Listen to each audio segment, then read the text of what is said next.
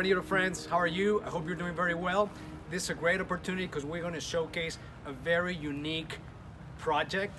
It's a very great architecture, and also the design, it's amazing. It was the architecture is from Josh Nemo, and the interior designer is William Nash. William Nash is going to welcome us on this project, and we wrapped a lot of walls and showers, cabinetry, and it all started here with these porcelain slabs. These porcelain slabs go, it wraps this wall, it goes straight ahead all the way here, and I'm gonna walk you through the house, and actually this same material becomes part of the inside of the house. And the designer, William Nash, he did a great job on selecting materials and keeping it simple. It's a very modern architecture, very unique in Dallas, and I want to say very unique nationwide. And you can see all the glass doors, and this is the continuation of the porcelain slabs that go inside the house. And how are you, Nash? Good. How are you, Rafa? Doing great. Good to see you. Nice to see you as well. This is William Nash, Hi. interior designer. William Nash. Can you tell us a little bit about you? Sure. So I'm a pretty young interior designer. I went to school for interior architecture at the School of the Art Institute of Chicago, and I have a passion for architecture and design. I've been lucky enough to travel a lot of places and look at various different types of architecture, and namely my great passion for architecture is Miesian architecture and minimalist design. That's great. Great.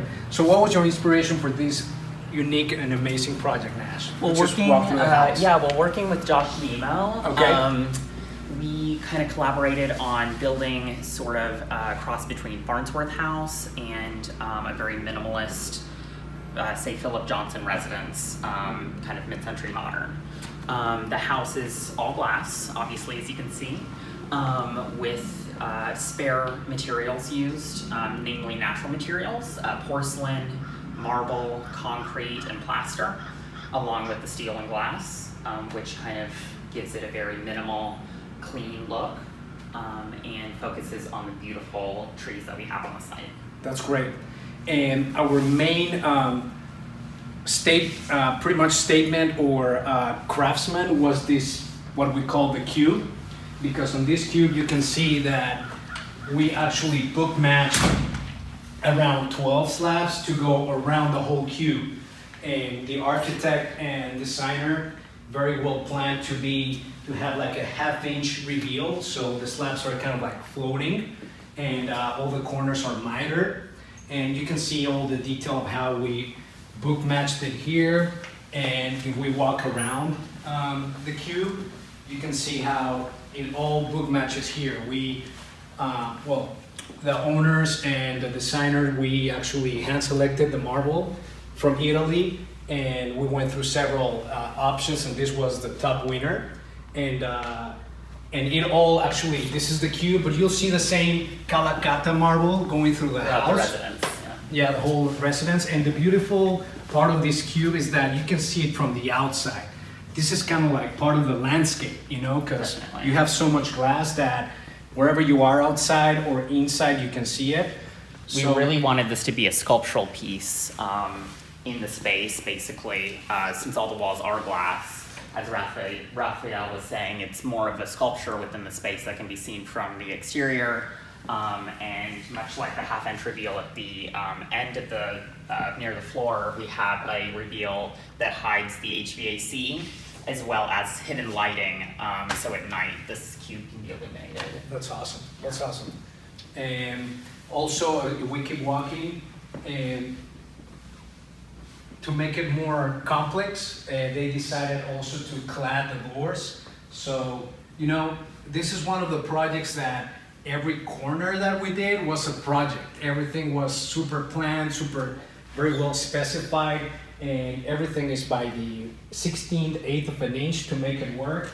And here we're gonna be able to show you how the door it's wrapped in the same marble, and it keeps the same veining through all.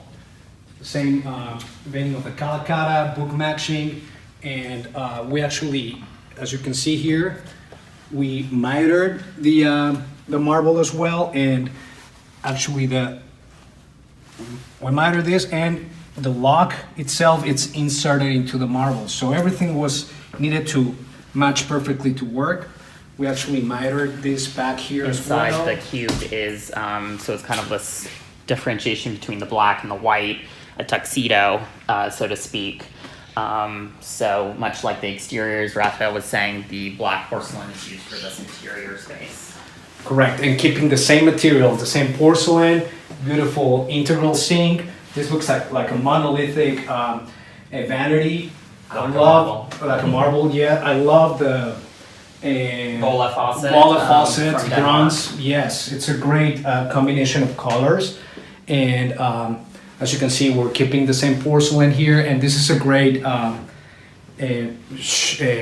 example of how we started to clad items. This is the door, and it's cladded as well on the same porcelain. So Keeps it consistent throughout. it's consistent throughout, and this line is consistent through the whole house.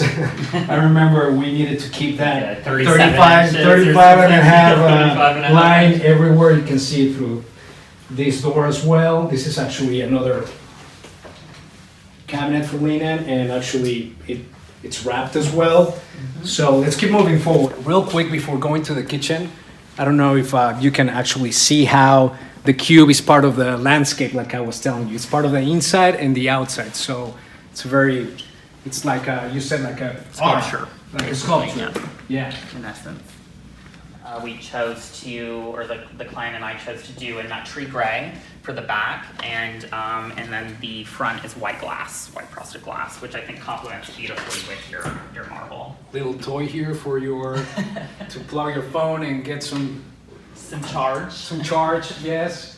We also did an integral sink here, and we have a focal book match on the backsplash, but right here they didn't want to kind of like book match it. They wanted to keep the pattern of the slabs to flow that way, so we didn't open it up like a typical book match, but we just wanted to keep a nice flow of the slabs of the material. And then we also did a waterfall here, which is A nice bar for any sort of, entertaining. family dinner or entertaining.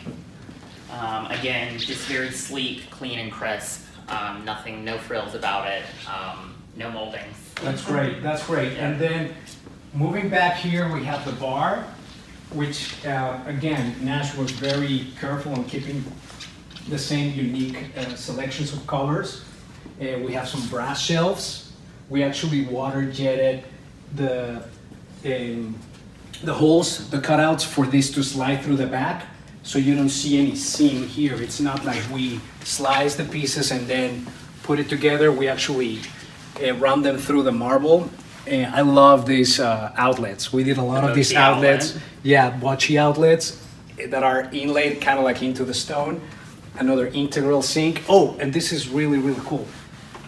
Here, Talking about cladding, right? Same material going through, same porcelain. And it just hides this perfectly. Again, speaking about planning and intricateness, this was a lot of work. A lot of work, yes. So, as I was walking through the project, this is such a big and creative space that we are gonna have to separate this episode in two. And so please stay tuned, because we're gonna do a second part of this project where we'll keep on walking through the house, because we're just getting started.